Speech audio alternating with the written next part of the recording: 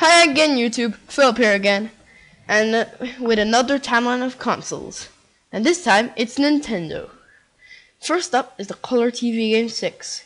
Apparently, it was another kind of Pong console which you played Pong at your house. Had two dials and other buttons with labels in Japanese, which I can't read. Then came the Color TV Game 15. It was almost exactly the same. But just at this time, it had wired paddle controllers. Then came Color TV Racing 112, which was basically a racing game which you played on your TV, and you had a wheel which you used to steer, and a speed button and other ones too. And you also had two paddle controllers for I don't know what reason. Then came the Color TV game Block Kuzushi. It's basically Breakout, just on your TV, and it had color. And the console had one dial on it and other buttons. Then came the computer TV game, which I don't really know what it is, but it was after an arcade game that originally came out, I don't know when, but you played it at home on your TV this time. Then came the Game & Watch, Nintendo's first handheld systems. Now the Game & Watches came in more versions. This one is a widescreen. There are also like multi-screen tabletop, silver, gold, and other ones. And he had to get one. If you wanted one game, you had to get one Game & Watch, and if you wanted another one, you had to get another Game & Watch. This one is Parachute. Then came Nintendo's first cartridge console in 1983, the Famicom. Apparently, it had games like Super Mario on it, which came out actually before, in 1983, not in 1985. Now, and other ones. So the controllers was basically a D-pad, select and start buttons, and A/B. On the controller too, it didn't have select and start, but it had the volume button and a microphone which you need to shout into it for some games. Oh, and there was also another controller known as the Power Glove, which plugged into that small port on the front. And then in 1985 came the NES, which was a console which had a cartridge which you lifted the top that flap open, and you push the cartridge in and slide it down, and then you had to close it again, which was kind of new. It's like a video player. The controller had one D-pad, select and start button, A/B. Oh, and it also had another controller known as the NES Zapper, a light gun, which apparently there was another thing called Robe the Robot, which played two games like Gyromite and Stack Up, which you could control him. Which you control the robot, and he controlled other things. Now, in 1986 came an add-on for the Famicom known as the Famicom Disk System, which used floppy disk-based games, but it had the same controller and everything. Then came Nintendo's second console, which was the second handheld console, which was the Game Boy in 1989. It was very big and had one D-pad, select and start, A/B on it. Then Nintendo released their first 16-bit console, the Super Famicom.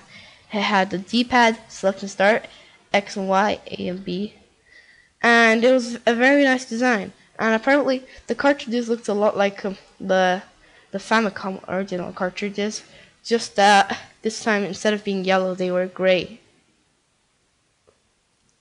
Then came the SNES, which was another 16-bit console, and the controller had one D-pad, select and start, X, Y, A, B, and it had cartridges which you plopped in on top of there.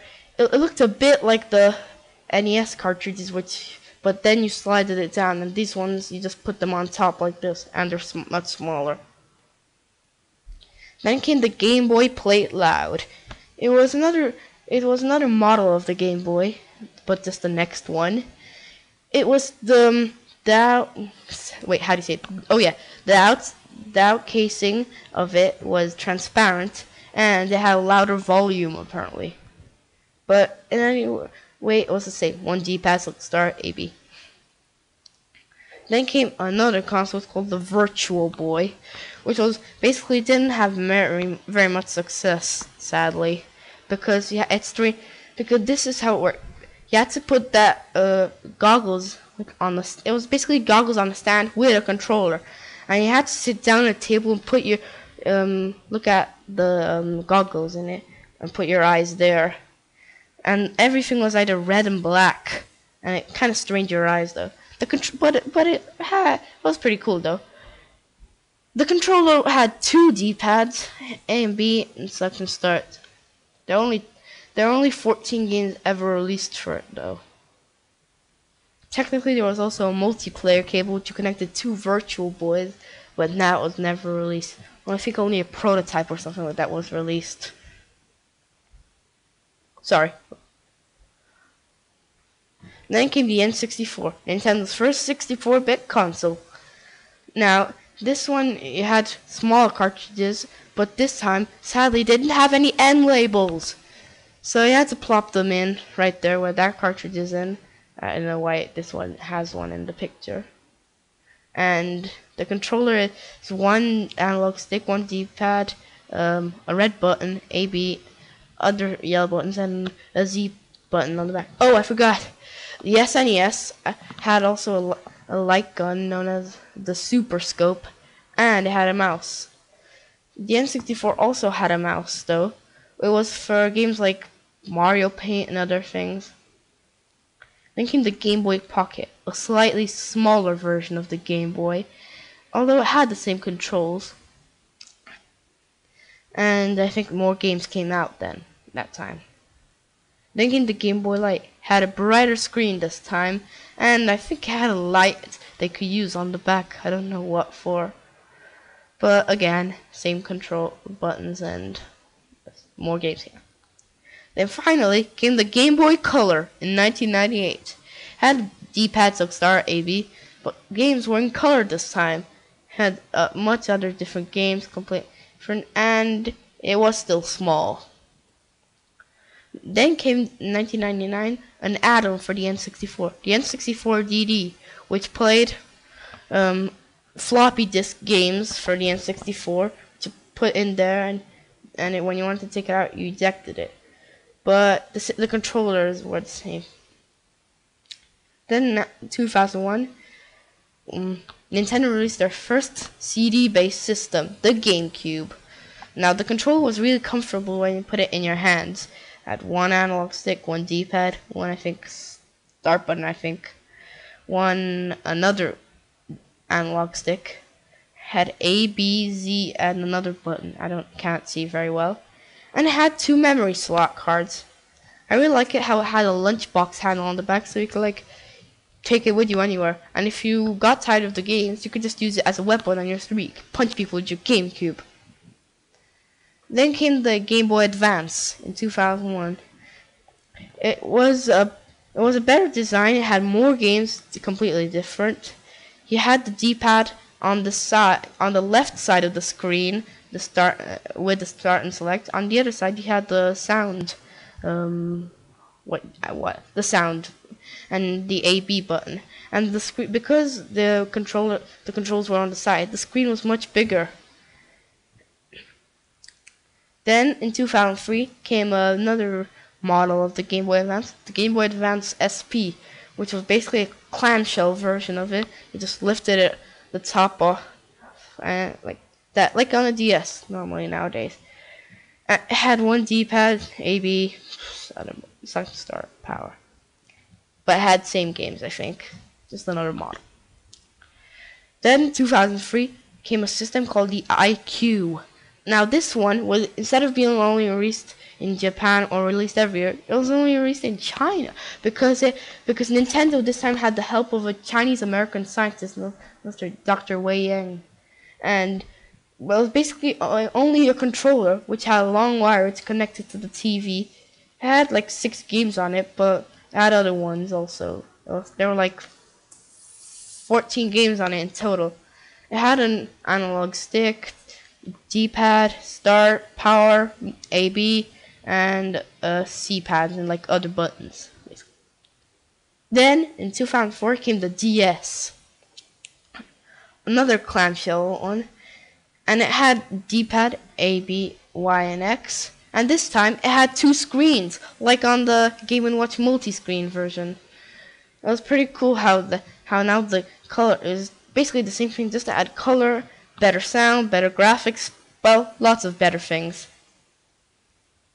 Then came the DS Lite, which technically was lighter, and it had a siding which was much smoother, and it was easy to carry around. Then came the last Game Boy, in 2005, the Game Boy Micro. Now this time, it was a small rectangle horizontally, and it had a D-pad and A-B buttons next to the screen on each side, and the select and start button were on the bottom, with the power on or power off. The cartridge input was on the back. That's the headphone jack there. Now in 2006, they released the Wii, their first console with wireless controllers, known as the Wii Remote. Now, these games were pretty good, since they also had lots of other controllers, like the Nunchuck, the Wii Balance Board, the Wii Classic controller, which was wired. I don't know what for. But the graphics and everything else was very cool. Now came the DSi, which looks a lot like the DS Lite, but I don't know actually what it is. It's just another version. I think it's a bit wider, probably. And, well, that's all. Now came the DSi XL, which had a wider screen. It was basically like more HD version of it with the 2 screens, but it had the same games again and the same buttons. Then finally came the 3DS, Nintendo's first 3D handheld console. Now, the controls were a bit different. This time, instead of only having a D-pad, A, B, Y, and X, and the start button, it also had home, start, and select on the second screen on the bottom, and it had some kind of analog stick that you moved. Now, finally came the 3DS XL, which was wider screen, had same kind of games, you know. This time it had 2 analog sticks on it, and it had A, B, Y, and X again, D-pad. Now finally, the first 8th generation console, the Wii U, by Nintendo, of course. And, well, basically, you had the console like connected to your TV, the normal one, and the controller was a gamepad, which had 2 analog sticks, a D-pad, A, B, X, and Y, plus, minus,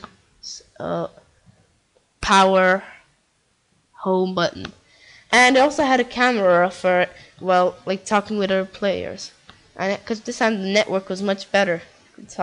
You could talk with friends online, had lots of things with your Mii. So, thanks guys. Oh yeah, and it also had a Wii Pro controller, which was black. So guys, thanks again for watching this video.